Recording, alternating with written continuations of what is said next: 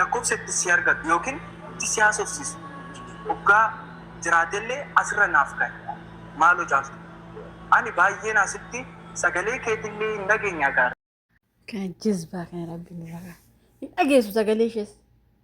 eegni immoo isaa biyyaanii qoy kun fayyaa qabaayee maraatan isaa namichi fayyaa qabaayee qoy namichi viidiyoo kun dhaggeeffatu sheeritti waame sheeritti naa waayasa sheeritti naa waame namicha kanatti biyyee isaa haa nyaatu caaltuutti sheerii naa waa sheerii na gargaara sheerii naa waame firootti dhugaa rabbi viidiyoo kun dhaggeeffatu inni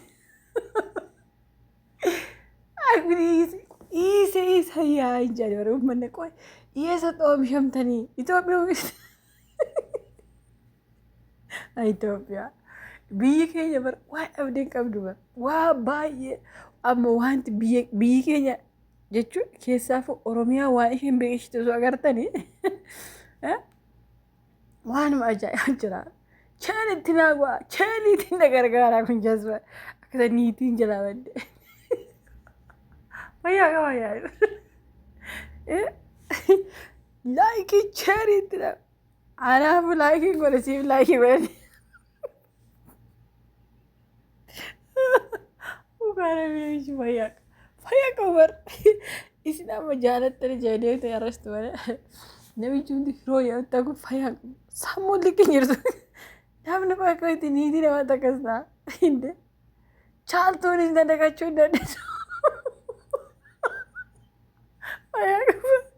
Anis chaaltuu dhaqachuu baale yaada bibsaa kan itti viidiyoo hojjedha garuu baga viidiyoo as ba'ee hojjedhan ta'e rakkoon koo yeroon kolfu hin bu'a kanaaf amma akkatti viidiyoo hojjedhu lakki addu gara bilee fayyaan qabu har'amma maal jee har'amma keessuma baay'ee maal jee ana kan diyaa chooraa ta'e beekamu. Muktar biriyaa cume biyyee yaadate Muktar akkan diyaa chooraa ta'e waan beekuuf birrii narraa cume.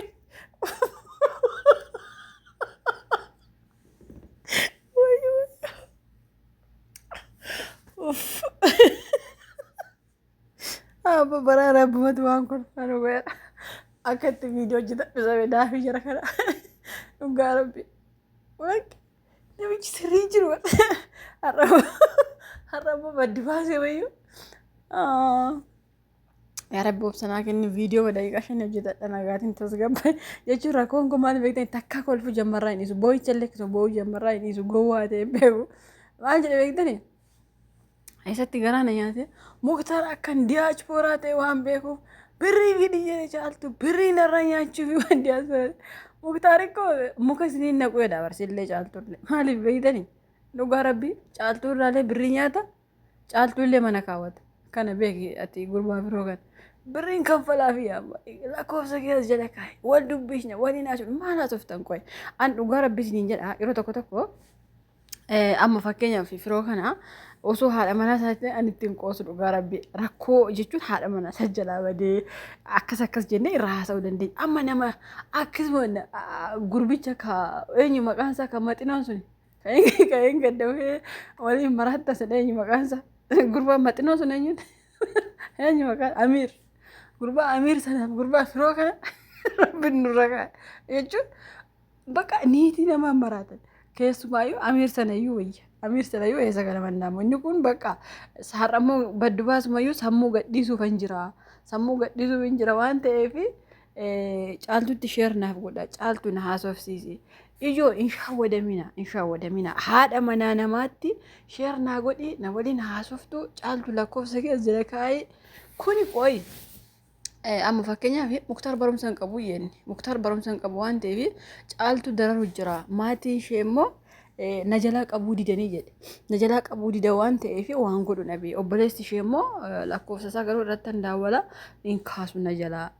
habiibi maatiin beeku maatiin mallatteessi kenne Muktaar intala kana waan barbaade gochuu danda'a lubbuu ishee bichaa homaan godhin malee haadha manaa isaati niitii na ukku maal taatanii indee har'a namni tokko akkanumatti ol ba'ee Muktaar waliin haasa'uuf jedhee Muktaar bilookii na godhee jedhe bar. Hankanaachi immoo Muktaar na jalaa hin qabu. Namni tokko akkamitti niitii keessirraa fudha na haasofsiis jechuun amma namichi kun akkamitti yaadaa jiraayyuu ani karaan eessa yaada namichi qoy anamoo gurbaa maraate qoy amma jechuun natu biyya arabaatti maraate moo firoota adaamaatti maraate jenna gammadu dhugaa rabbii gurbaa kana maraate moo natu maraate jechuun akkaata waan inni jaggeeffateetu viidiyoosa dhugaa rabbii anan baxaamitti na waa'insa Muktaarin haasofsiisa jedheen Muktaar na yaalaa kaasuu didee bilookii na godhe Muktaarin haasofsiisa maal jechuufi yaa Muktaar haadha manaa kee jaaladhe ishee malee jiraachuu hin danda'u gannaaf baasii akkas jechuuf moo maal jechuuf ammasoo Muktaar irraa kaase jechuun Muktaar baxaamiin xobsa qaba dhugaa dubbachuuf maaliif baay'een keessan garuu kaa Muktaar jechuun ilmi namaa akka barbaade qeequu danda'an amma Muktaar qeequu danda'a caaltuu qeequu danda'a gurbaa kana qeequu danda'a isii warri koomentillee akkanuma garuu yoo dhugaa dubbanna ta'e amma Muktaar caaltullee haa dararuu haa isuu haa reebuu waan barbaadeyyuu haa godhu namni irra caalaa rabbii gaditti namni caaltutti aanu har'a abbaa ishee haadha ishee caalaa Muktaarii jechuudha yeroo kanatti kan isheen bira jirtu kanaafuu gurbaan kun osoo yeroo viidiyoo hojjetu fakkeenya waan dabarsine waliin dabarsine turre haadha manaa koo naataati se'ee akka carraa ta'e wal jaalanne har'a garuu jireenya ofii deebiteetti jireenya ishee immoo hin jeequ jechuu hiiseetu ani intala kana bafasum dhiisuu hin danda'u biraa hafuu hin danda'u aniif isheen seenaa gurguddaa hojjennee dabarree laayivii addaa keessa dabarree kanaafuu annan maraadha malee hin dhiisu obboleettiin koo dubartii siif fida jennaan ani akka caaltuu nan dhabe jedhe wanta addaa maal dabarsitan qoy wanta addaa waan nuti hin beekne maaltu darbe maal dabarsitan qoy dhugaa rabbii na ajaa'iba bar waa'ee namicha kan taa'ee viidiyoosa yeroo 10 irra deebi'ee ilaalan namicha kana viidiyoosa maaliif beektani jechuun akkaataa istaayiliitti haasa'u beeki namni tokko gaafa miidiyaa kanarraa waa dubbatu wanti ati dubbattu sun maal akka ta'e nama baay'ee hordofa. Anama viidiyoo har'a hojjedhu kana ani boru waa ta'ullee yuutuubiin kiyya waa ta'ullee viidiyoon sun inuma ta'a dhugaa rabbii isiniin jedha. Namni kamuu viidiyoo sana achirraa yeroo barbaadetti dhufee dhaggeeffata. Kanaafuu amma gurbaan kun anama yeroo dabbaramu viidiyoo isaa dhaggeeffadha akkaataa kamiin niitii namaa nufachuu barbaade. Dhugaa rabbii jechuun kun gootummaas miti gowwummaas miti beekaas miti wallaalummaas miti akkaataa inni itti haasa'u siin galu beekta akkaataa kamiin akkaataa inni itti haasa'u naa galuu dide dhugaa rabbii isiniif galee anaaf galuu dide namni tokko akkamittiin itti dhiiba bara akkanumaan inde niitii isaa inumaayyuu keessa bahee har'a immoo Muktaar waliin haasa'u jennaan Muktaar yaada na hawwate jechuun Muktaar obsa cimaa qaba osoo Muktaar ta'e dhugaa rabbii isin ija seenaa addunyaa irra jiran dalaga gurbaama kana fidee hidha dhugaa rabbii gurbaama kana fidee hidhee jechuun waamiin jedha caaltuutiin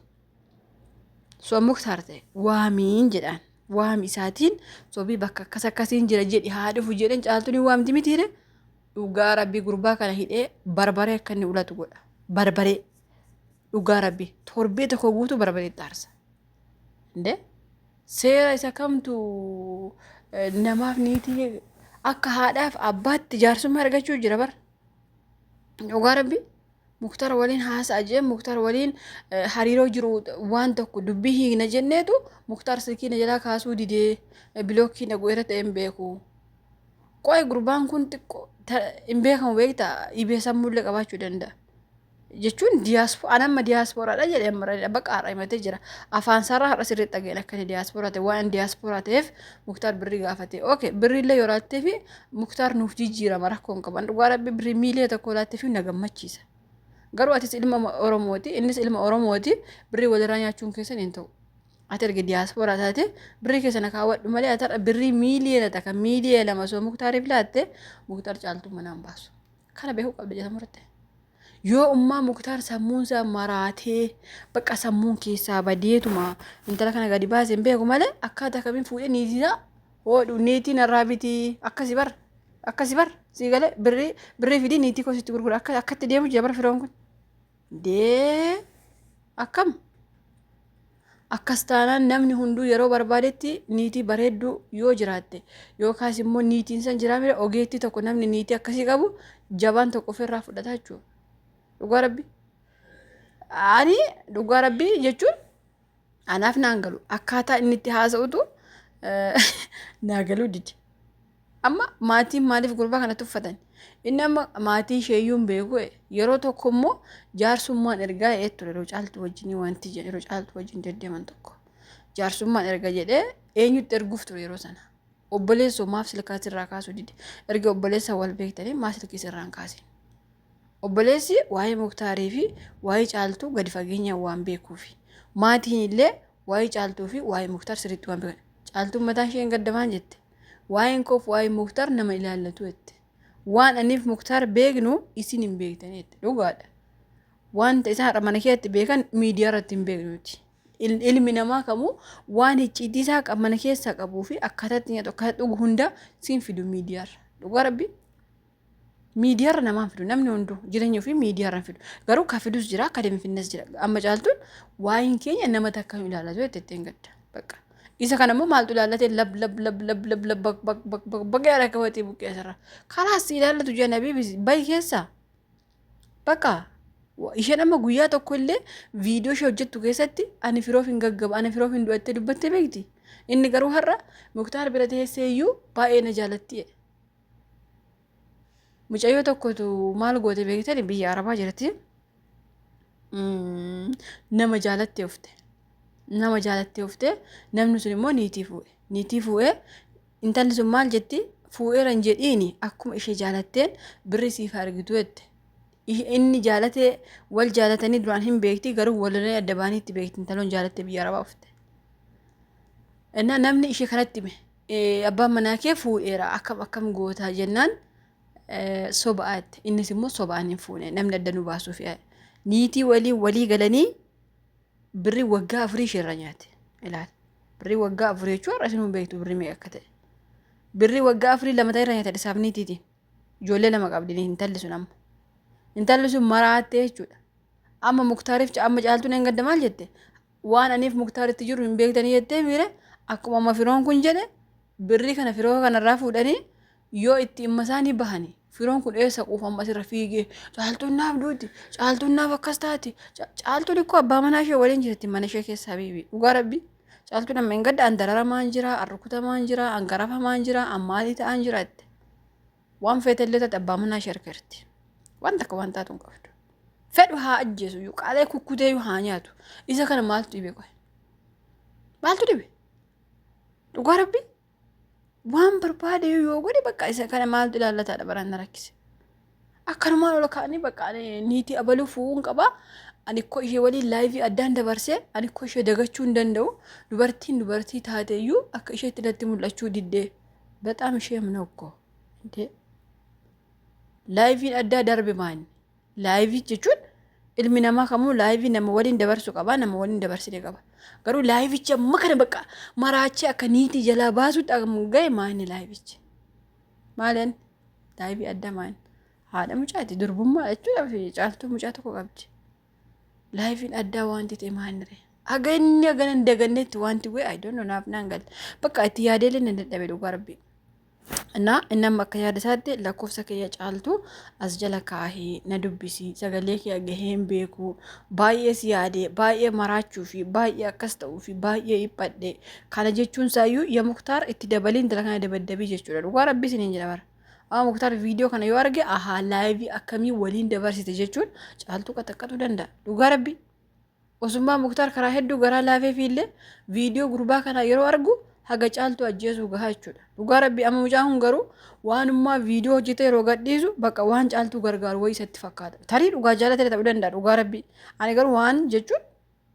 jaalalli akkanaa hedonno niitii namarraa nama qabaa jaalalli niitii namarraa moo akkamittiin nama qaba niitii namarraa niitii nama niitii qoy hin beektanii qoy waa'ee niitii namni tokko niitii jechuun iyyuu maal akka ta'e nama hin beekne jira bara dhugaa rabbi akkamittiin namni tokko niitii namarraa jaalalli nama qaba haadha mucaarraa kana isinumaayuu haadha mucaa irraa jaalalli nama qaba hin qaba eeshi dubartoota abbaa manaa namarraa fudhatu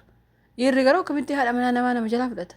hin danda'amu an dhugaa rabbi haguutti hin danda'amu walumaa galatti caaltuu fi Muktaar waliin jiraatanii waliinis jiru Muktaar